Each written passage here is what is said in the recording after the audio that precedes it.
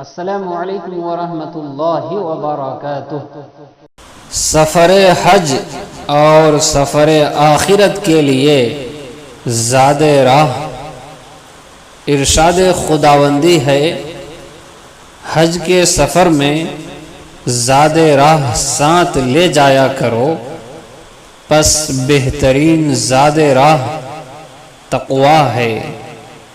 اس آیت میں حجاج کرام کو حکم دیا گیا ہے کہ وہ حج کے سفر میں ضروری سامان ساتھ رکھیں اور بغیر اشیاء ضروریہ کے سفر نہ کریں، اور ساتھ ہی اس بات کی طرف بھی تنبیہ کی گئی کہ آخرت کے سفر کا سامان تقویٰ ہے، لہذا جیسے دنیاوی سفر کی تیاری کی جاتی ہے، ایسے ہی آخرت کے سفر کی بھی تیاری کی جائے۔